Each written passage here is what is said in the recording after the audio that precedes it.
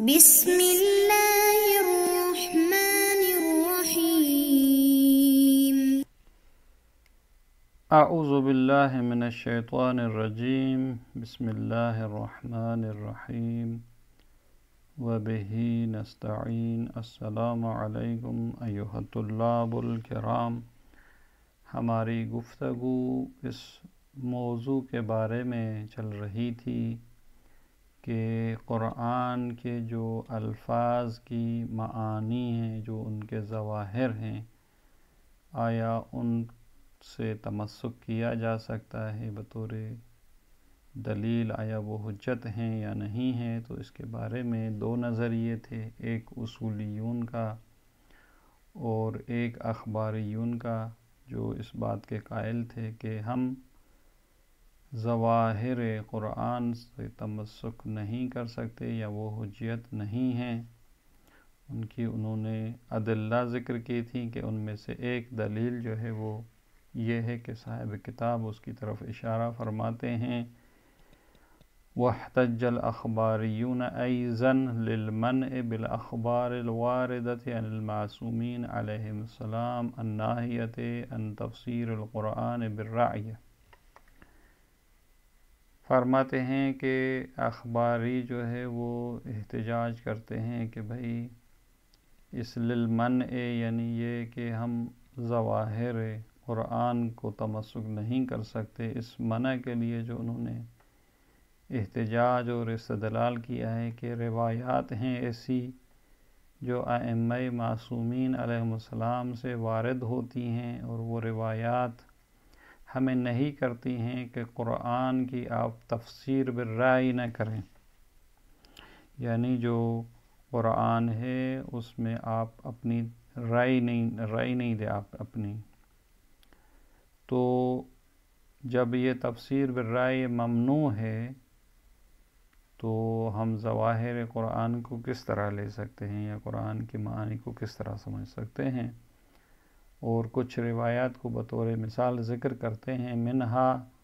الاخبار التالیہ، یہ نیچے جو کچھ روایات ہیں اس کی طرف اشارہ فرماتے ہیں. پہلی ہے الحدیث النبوی من فسر القرآن برأیہ فلیتبوأ مقعدہ من النار. فرماتے ہیں کہ حدیث نبوی ہے کہ جو قرآن کی اپنے رائے سے تفسیر کرے اس نے اپنی جگہ جو ہے آتش اور جہنم میں جو ہے انتخاب کی ہے. تو یہ ایک جو ہے وہ تحدید ہے کہ بھئی اگر کوئی اس طرح کرے گا تو اس کا ٹھکانہ جو ہے وہ جہنم ہے، پس لہذا نہیں کرنی چاہیے. یا دوسری جو ہے وہ روایت ہے کہ من فسر القرآن برأیہ، جو بھی قرآن کی تفسیر اپنے رائے سے کرے گا فقد افترى علی اللہ الکذب، اس نے قرآن پر جھوٹا بہتان باندھا ہے. یا حدیث قدسی میں ہے ما آمن بی من فسر کلامی برأیہ، اس نے مجھ پر ایمان نہیں لایا جس نے میرے کلام کو اپنے رائے کے مطابق تفسیر کی. اور اسی طریقے سے ماروی من نہی ابی جعفر و ابی عبداللہ علیہ السلام کہ روایت کیا گیا ہے کہ امام محمد باقر اور امام جعفر صادق علیہ السلام نے نہیں کی ہے بعض فقہاء القوم عن الفتیاء بالقرآن بآرائہم والانکار علیہم فیہا، کہ امام محمد باقر اور امام محمد صادق علیہ السلام نے اپنی قوم میں سے کچھ ان کے جو فقہاء اور علماء تھے ان کو اپنی رائے کے ذریعے سے قرآن کے بارے میں فتویٰ دینے سے نہیں کی تھی، اور ان پر کہا تھا یہ کام تمہیں نہیں کرنا چاہیے. الی امثال ذالک مما ہوا کثیر، اس طرح بہت ساری مثالیں ہیں جہاں سے یہ پتہ چلتا ہے کہ قرآن کی تفسیر بالرائے جو ہے وہ ممنوع ہے.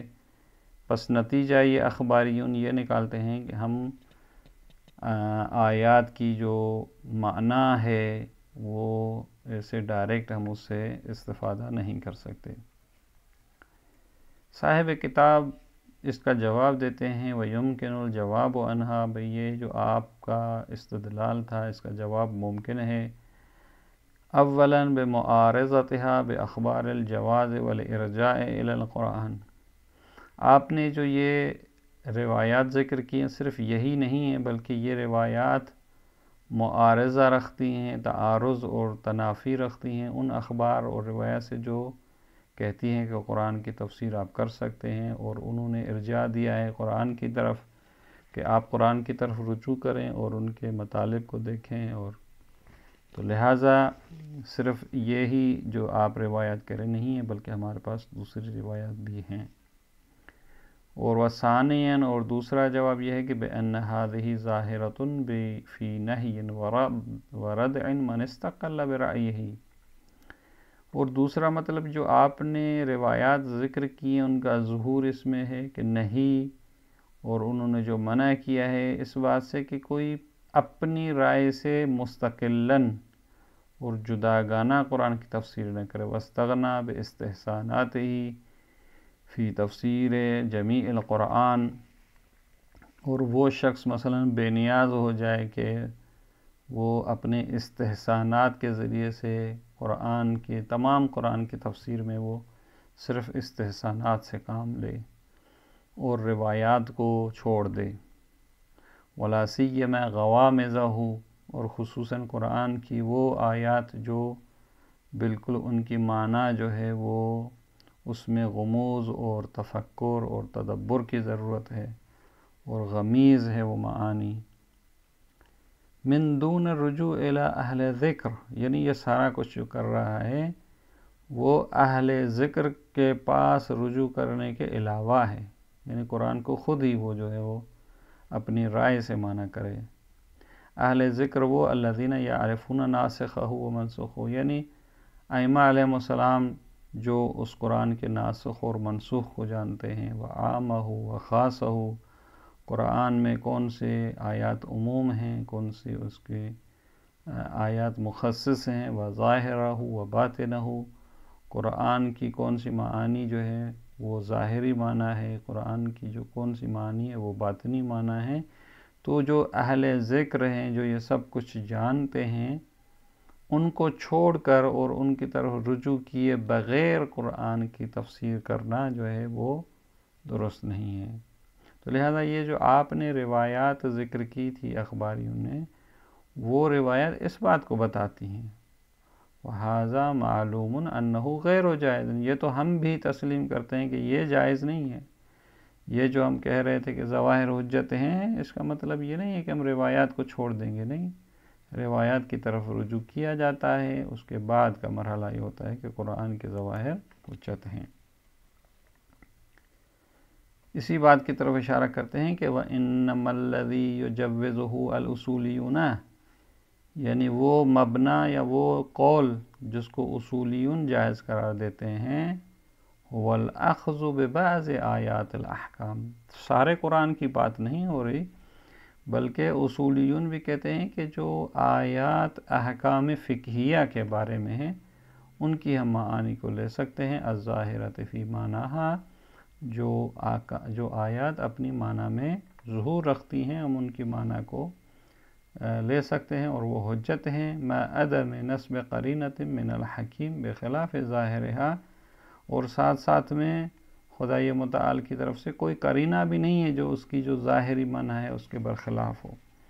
اگر قرینہ ہو برخلاف تو پھر بھی ٹھیک ہے، قرینے کے مطابق عمل کی، لیکن کوئی دلیل نہیں، کوئی قرینہ نہیں، تو پھر ہم اس کی جو ظاہری معنی ہے آیات کی لے سکتے ہیں۔ والاصل عدمھا، اور اصل بھی یہی، قاعدہ بھی یہی ہے کہ قرینہ نہیں ہونا چاہیے، یعنی جب شک ہو جاتا ہے کہ قرینہ ہے یا نہیں ہے تو اصل قاعدہ اولیہ یہ ہے کہ قرینہ کوئی نہیں ہے، تو ہم اس کی آیات احکام کی جو ظاہری معنی ہے ہم اس کو لے سکتے ہیں۔ البتہ یہ بھی سب کچھ ڈائریکٹ نہیں ہے، وذالک بعد الفحص، اور یہ مرحلہ بھی جو ہے وہ پہلے جو ہے وہ تفحص کیا جاتا ہے، وتدقیق فی اخبار المعصومین علیہ السلام، بھئی ائمہ معصومین علیہ السلام کی جو روایات ہیں پہلے ان میں دقت کی جاتی ہے ان میں تتبع کیا جا سکتا ہے، جستجو کی جا سکتی ہے کہ بھئی کوئی ایسی چیز تو نہیں جو ان آیات کے مقابلے میں مخصص ہو، اس کے لیے قید ہو۔ والآیات الاخر عن المفسر والشارح والناسخ والمخصص، اور اسی طرح قرآن میں جو دوسری آیات ہیں جو مفسر کی حیثیت رکھتی ہیں، شارح کی حیثیت رکھتی ہیں، یا ناسخ یا مخصص کی حیثیت رکھتی ہیں، تو ان سب کو جستجو کرنے کے بعد جب ہمیں یہ اس نتیجے پر پہنچے کہ یہ جو قرآن کی آیت مثلا اس میں اس کا کوئی مخصص نہیں، کوئی ناسخ نہیں، تو اب ہم اس کی معنی کو لے سکتے ہیں، اور ہم بھی یہی کہتے ہیں، اور اس میں کوئی اشکال بھی نہیں ہے۔ اور دوسری جو بات اخباریوں نے کہی تھی تفسیر بالرائے کی، تو کہتے ہیں کہ ظواہر کو لینا یہ تفسیر بالرائے نہیں ہے۔ ثم لعل الاخذ بالظہور، یعنی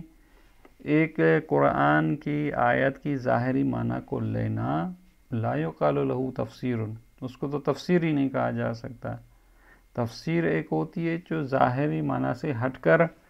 آپ اس میں ایک اندرونی اور ایک مبہم چیز ہو اس کو بیان کریں، تو پھر تفسیر ہوتی ہے۔ لأن تفسیر ہوا بیان المعنی الغامض، کیونکہ تفسیر جو ہوتی ہے ایک پوشیدہ معنی جو ہوتی ہے اس کو بیان کرنا، اس کو تفسیر کہا جا سکتا ہے۔ ہماری بحث تفسیر میں نہیں ہے، ہماری بحث جو ہے وہ ظہور کے بارے میں ہے۔ لہٰذا آپ اخباری جو یہ کہتے ہیں کہ بھئی ظواہر پر عمل کرنا تفسیر ہے، یہ آپ کی بات درست نہیں ہے۔ اور اس کے بعد ہم جو بحث اور گفتگو کر رہے ہیں وہ آیات احکام کے بارے میں ہے، لیکن قرآن میں ساری آیات ایک جیسی نہیں ہیں، لہٰذا وَأَمَّا الْآيَاتُ غَيْرُ الظَّاهِرَ فِي مَعْنَاهَا وَهِيَ الْمُتَشَابِهَةُ، البتہ قرآن کی وہ آیات جن کی جو اپنی معنی میں ظہور نہیں رکھتی، یعنی اس میں ہمیں جو ہے وہ علم نہیں کہ اس سے کیا مراد ہے، وہی المتشابہ، جس کو آیات متشابہہ کہا جا سکتا ہے، تو وہاں پر ہم بھی کہتے ہیں فلا یجوزون تفسیرها بآرائہم، تو لہذا یہ اصولی جو ہے وہ ان کی تفسیر کو اپنی آراء کے ذریعے یہ اصولی بھی جائز قرار نہیں دیتے، لعدم ظہور لفظی لہا، کیونکہ ایسی آیات کا کوئی ظہور لفظی نہیں ہے، لہذا جب ظہور لفظی نہیں ہے ان کے لیے تو اس کی تفسیر کو اصولیین بھی جائز قرار نہیں دیتے۔ لہذا ہم جو گفتگو کر رہے تھے وہ آیات الاحکام کے بارے میں تھی۔ وَلِمَا وَرَدَ، اور خصوصاً ایک روایت بھی ہے کہ انما ہلک الناس فی المتشابہ، یہ لوگ جو ہے وہ جو متشابہ چیزیں ہیں ان میں ہلاک ہو گئے، لأنہم لم یقفوا علی معناہ، کیونکہ وہ اس کی معنی سے واقفیت نہیں رکھتے، ولم یعرفوا حقیقتہ، اور متشابہ کی حقیقت کو بھی معرفت نہیں رکھتے۔ پھر جب وہ نہیں جانتے اور معرفت بھی نہیں رکھتے تو فوضعوا له تعویلا من عند انفسهم بآرائہم، تو پھر وہ اس متشابہ کے لیے ایک اپنی طرف سے اور اپنے آراء کے حساب سے جو ہے وہ اس کے لیے ایک تعویل وضع کرتے ہیں اور قرار دیتے ہیں۔ واستغنوا بذلك عن مسألة الأوصیاء، اور اس طریقے سے وہ جو خدا کے اوصیاء اور وصی ہیں اس سے وہ بے نیاز ہو جاتے ہیں کہ فیعرفونہم، تاکہ وہ ان کو بتا دے کہ بھئی اس سے مراد کیا ہے۔ تو یہ ایسی صورت میں جو آیات متشابہ ہیں ان میں جو ہے وہ تفسیر بالرائے درست نہیں ہے، لیکن ہماری بحث اور گفتگو جو ہے وہ وہاں پر نہیں تھی۔ اور اس کے بعد جو ہے ایک دوسری اخباریون کی دلیل ہے، اس کی طرف صاحب کتاب اشارہ فرماتے ہیں واحتج الاخباریون ایضا للمنع بالعلم الاجمالی، اور اخباریون نے للمنع، یعنی اس من کے لیے، یعنی جو ہم ظواہر قرآن کو حجت نہیں مانتے یا اس سے تمسک نہیں کر سکتے، تو اس کی جو انہوں نے دلیل دی ہے وہ علم اجمالی کی ہے۔ اخباریون اس نظریے کو ثابت کرنے کے لیے یہ کہتے ہیں کہ بھئی قرآن کی مثلا آیا ہے، مثلا احل اللہ البیع، تو کہتے ہیں کہ ہمیں علم اجمالی ہے کہ قرآن میں عمومات ہیں، اس کے مخصصات ہیں، اس کے مقیدات ہیں۔ اب ہمیں ایک آیت کو جب دیکھتے ہیں تو یہ ذہن میں آتا ہے کہ بھئی اس کے مخصصات ہوں گے، اس کے مقیدات ہوں گے، تو پھر ہم ایسے کیسے جو ہے وہ اس کے ظواہر پر عمل کریں۔ لہذا یہ جو علم اجمالی ہے یہ ہمیں منع کرتا ہے کہ ہم جو ہے وہ قرآن کی آیات سے تمسک کریں، لہذا قرآن کی ظواہر حجت نہیں ہے۔ تو اس کی طرف اشارہ کرتے ہیں کہ للمن بالعلم الاجمالی بوجود مخصصات و مقیدات، قرآن میں مخصصات بھی ہیں، مقیدات بھی ہیں، و ناسخات اور ناسخ بھی ہیں۔ جب یہ سب کچھ قرآن میں ہے تو ہم کیسے قرآن کی ایک آیت کو لے لیں؟ مما، یہ ایسے موارد ہیں کہ یسقط الظاہر عن الاعتبار، جو ظاہر اپنے معتبر ہونے سے، حجت ہونے سے ساقط ہو جاتا ہے، اور ہم ظواہر قرآن سے تمسک اس لیے نہیں کر سکتے۔ تو اس کا جواب جو صاحب کتاب ذکر فرماتے ہیں، وَجَوَابُهُ أَنَّ الْعِلْمَ الْإِجْمَالِي مُنْحَلٌ بِمَعْرِفَةِ كَثِيرٍ مِّنَ الْمُخَصِّصَاتِ وَالنَّاسِخَاتِ۔ کہتے ہیں کہ یہ آپ کی بات ہم بھی مانتے ہیں کہ قرآن میں مخصصات بھی ہیں، مقیدات بھی ہیں، ناسخات بھی ہیں، لیکن مسئلہ یہ ہے کہ یہ اکثر ان میں مقیدات اور مخصصات جو ہے وہ ہم ان کو جانتے ہیں، معرفت ہے ہمیں ان کے بارے میں، لہٰذا جب اکثر مخصصات اور ناسخات معلوم ہیں تو پھر یہ علم اجمالی باقی نہیں رہتا، منحل ہو جاتا ہے۔ لہذا آپ جو کہہ رہے ہیں علم اجمالی ہے، یہ علم اجمالی اس معرفت کے بعد جو ہے وہ ختم ہو جاتا ہے۔ وَجَوَابُهُ أَنَّ الْعِلْمَ الْإِجْمَالِي مُنْحَلٌ، یہ علم اجمالی جس کی آپ بات کر رہے ہیں یہاں پر، یہ منحل ہو جاتا ہے، کیوں؟ بِمَعْرِفَةِ كَثِيرٍ مِّنَ الْمُخَصِّصَاتِ، کیونکہ اکثر مخصصات آیات کے معلوم اور مشخص ہیں، ناسخات بھی جو ہے وہ معلوم اور مشخص ہیں، تو لہٰذا اس کے بعد جو اگر کوئی شک بچے بھی صحیح تو وَالشَّكُّ فِي غَيْرِ ذَلِكَ بَدْوِيٌّ، اب کچھ اور شک بچا ہے تو وہ ایک ابتدائی شک ہے، علم اجمالی والا شک نہیں ہے۔ تو لہٰذا آپ جو کہہ رہے ہیں کہ علم اجمالی ہے، اس کا جواب یہی ہے کہ یہ علم اجمالی باقی نہیں رہتا، اور ہم ظواہر کو تمسک کر سکتے ہیں، ان کو لے سکتے ہیں۔ اور کہتے ہیں اسی لیے یہ علم اجمالی کی وجہ سے وَلِأَجْلِ هَذَا الْعِلْمِ الْإِجْمَالِي وَلِمَا وَرَدَ مِنْ ضَمِّ مَنْ فَسَّرَ الْكِتَابَ بِرَأْيِهِ بلا معرفت المفسر والناسخ والقرآن، کہتے ہیں اسی علم اجمالی کی وجہ سے کہ بھئی مخصصات ہیں، مقیدات ہیں، اور اسی طریقے سے روایات میں مذمت بھی وارد ہوئی ہے کہ جو بھی قرآن کی تفسیر بالرأی کرے گا، مفسر اور ناسخ اور قرائن کے بغیر اگر اس طرح کرے گا تو اوجبنا الفحص عن ذلك قبل الاخذ بالظاہر، تو ہم نے بھی یہی واجب قرار دیا ہے کہ اس اخذ بالظواہر سے پہلے آپ تفحص کریں، یعنی جیسے قرآن کی آیت آتی ہے تو اس کا مطلب یہ نہیں ہے کہ ڈائریکٹ آپ اس کو لے لیں، بلکہ پہلے ضروری ہے کہ اس کے جو مخصصات ہیں، ناسخات ہیں، یا جو قرائن ہیں، ان سب کی جو ہے جستجو کی جائے۔ اب اس کے بعد اگر کوئی مخصص نہیں ملا تو پھر ہم کہتے ہیں یہ اخذ بالظواہر کرنا چاہیے۔ تو لہٰذا یہ جو ہم کہتے ہیں کہ ظواہر قرآن حجت ہیں، اس کا مطلب یہ نہیں ہے کہ